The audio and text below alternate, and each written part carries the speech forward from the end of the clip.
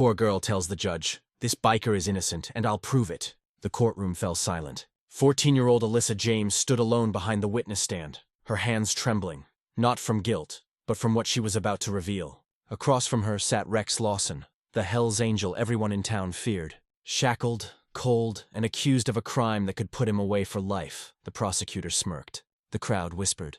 They all thought she was lying. After all, what would a poor black girl be doing defending a man like him? But Alyssa knew the truth. She knew where he'd been that night, because he was with her. And if she told the whole story, it would expose more than just a false arrest. It would tear open the secrets of an entire town. Before we go further, comment below. Would you have spoken up knowing no one would believe you? And make sure to subscribe, because tomorrow's story is one you won't want to miss.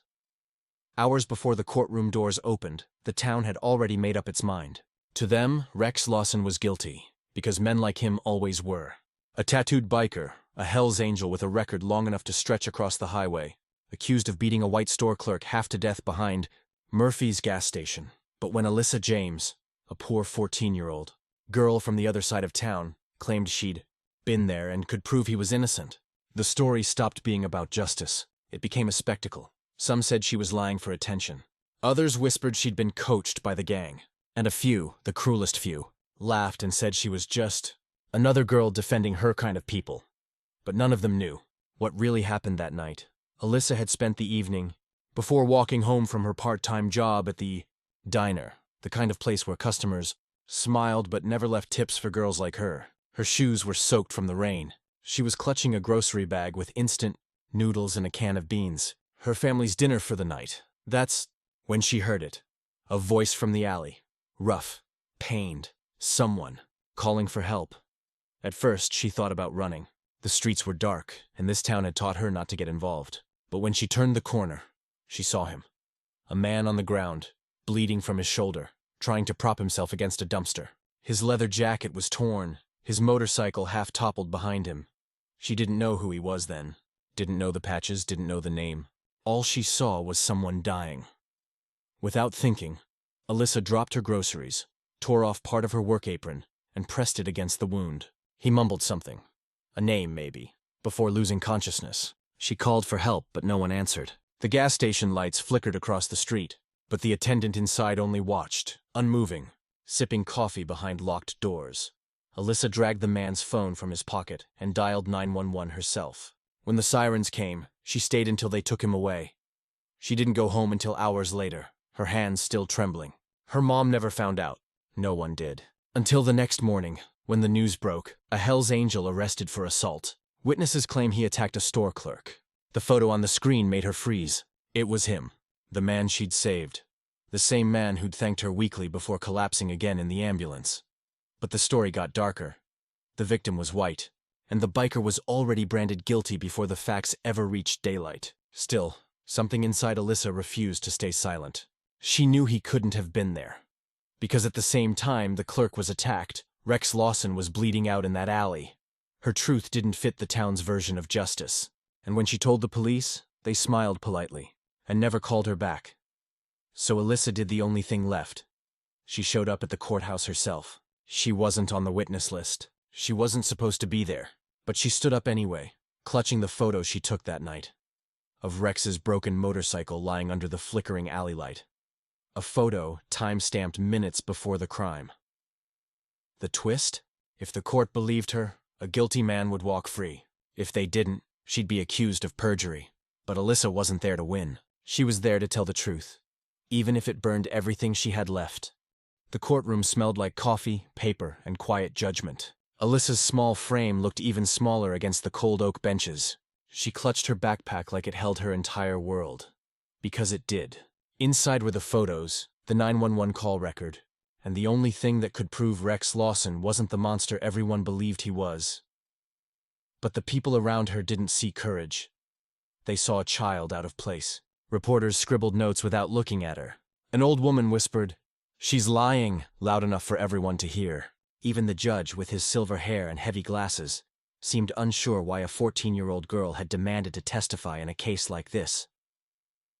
When Alyssa finally stepped up, her hands shook.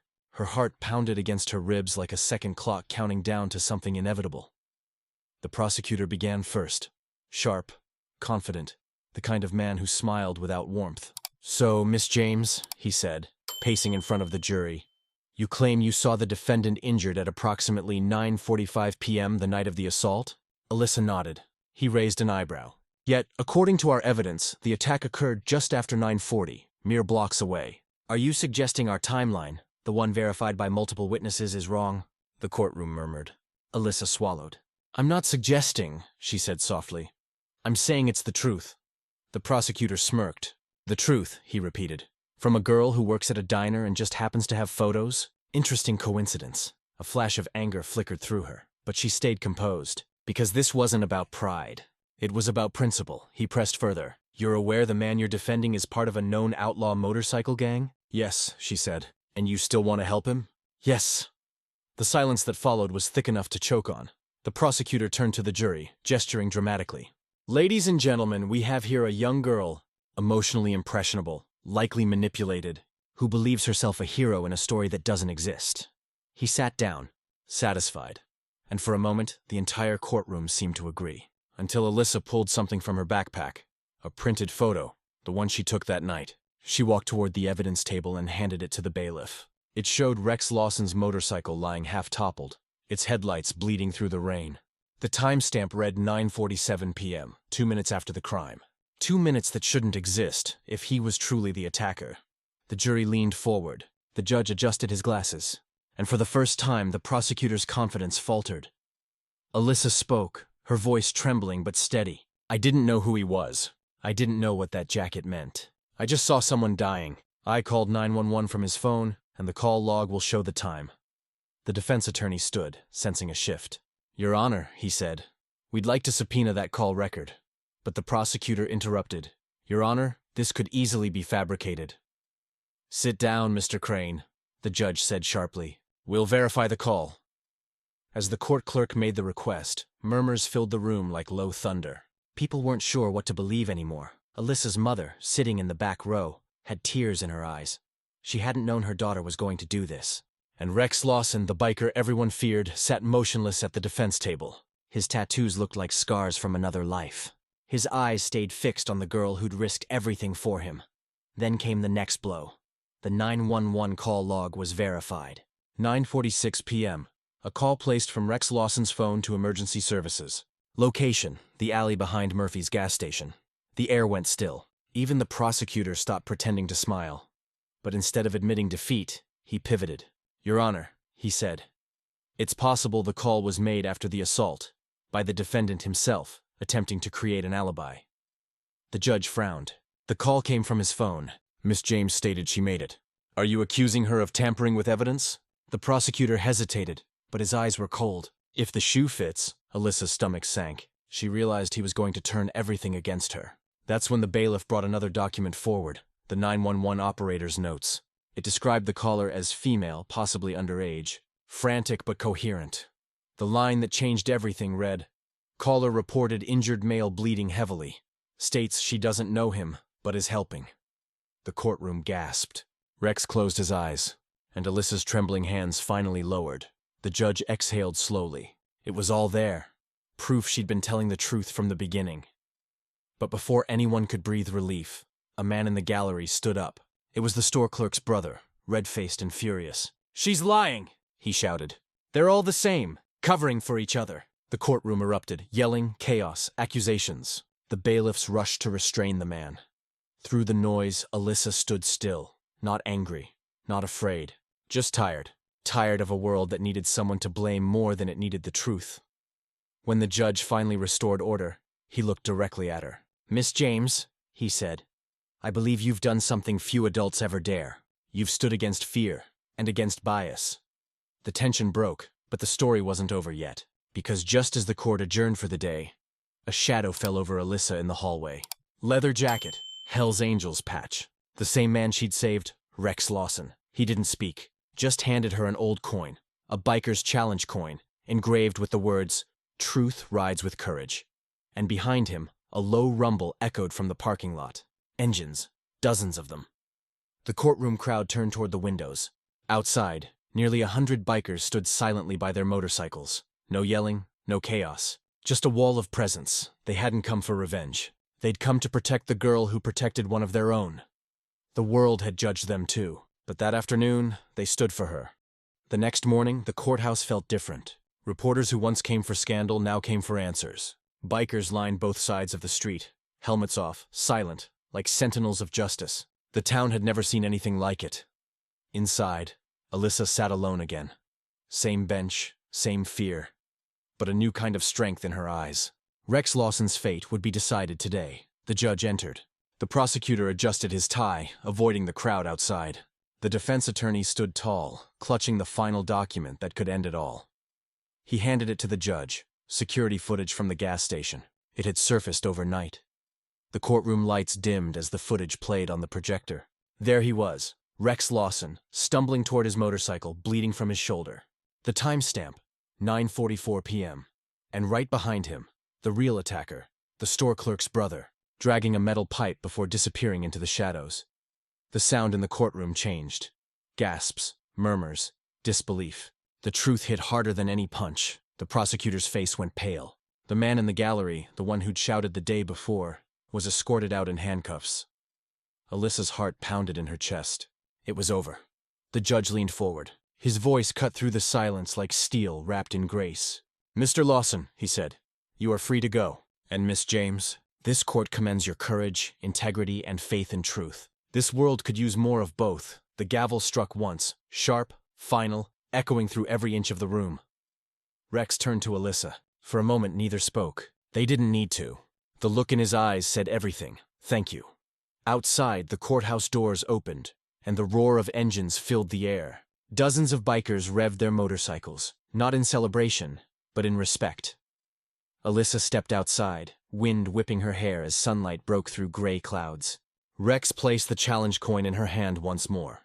This time, she noticed something new engraved on the back. For the one who never looked away. The sound of engines rose together, unified, not as a gang, not as outlaws, but as witnesses to justice. For the first time, the town saw them, and her, for who they truly were. The courthouse emptied slowly, but no one rushed to leave. People stayed on the steps, watching Alyssa and Rex walk side by side. A teenage girl and a man once branded a monster. Now, both were free in their own ways. The town that once whispered now stood in silence. The same people who crossed the street when they saw Rex coming now nodded with quiet respect. It wasn't pity, it was recognition. Later that week, Alyssa returned to school. Her classmates stared, some curious, some ashamed. The same ones who'd mocked her for helping a criminal now watched her name appear in the local paper. Teens' courage frees innocent man. But Alyssa didn't care about headlines. She only thought about the moment outside that courthouse, when Rex had placed that coin in her palm. She'd kept it ever since. Not as proof she was right, but as a reminder that doing the right thing rarely looks heroic in the moment. It often looks lonely. As for Rex, he didn't stay long in town. Rumors said he rode west, back to the desert highways where he once lost his way. Others said he started helping veterans get second chances, working quietly, far from cameras. But every few months, an envelope would arrive at Alyssa's doorstep. No name, no note, just a small donation for her college fund and a motorcycle club patch stitched with her initials. Justice had been served, but something deeper had been restored. Faith. Faith that even when the world judges by skin or rumors or old scars, truth still finds a way to breathe. Because sometimes heroes don't wear badges or robes. Sometimes they wear worn denim and carry the courage of a young girl who refused to stay silent. This is Black Response, where courage challenges prejudice and truth roars louder than hate. If this story moved you, hit like, share, subscribe, and comment "Truth Wins" to let the world know that integrity still matters. And don't leave just yet. Watch our previous story for another unforgettable moment of redemption and justice, because every story like this reminds us, sometimes, the smallest voice can rewrite the loudest lies.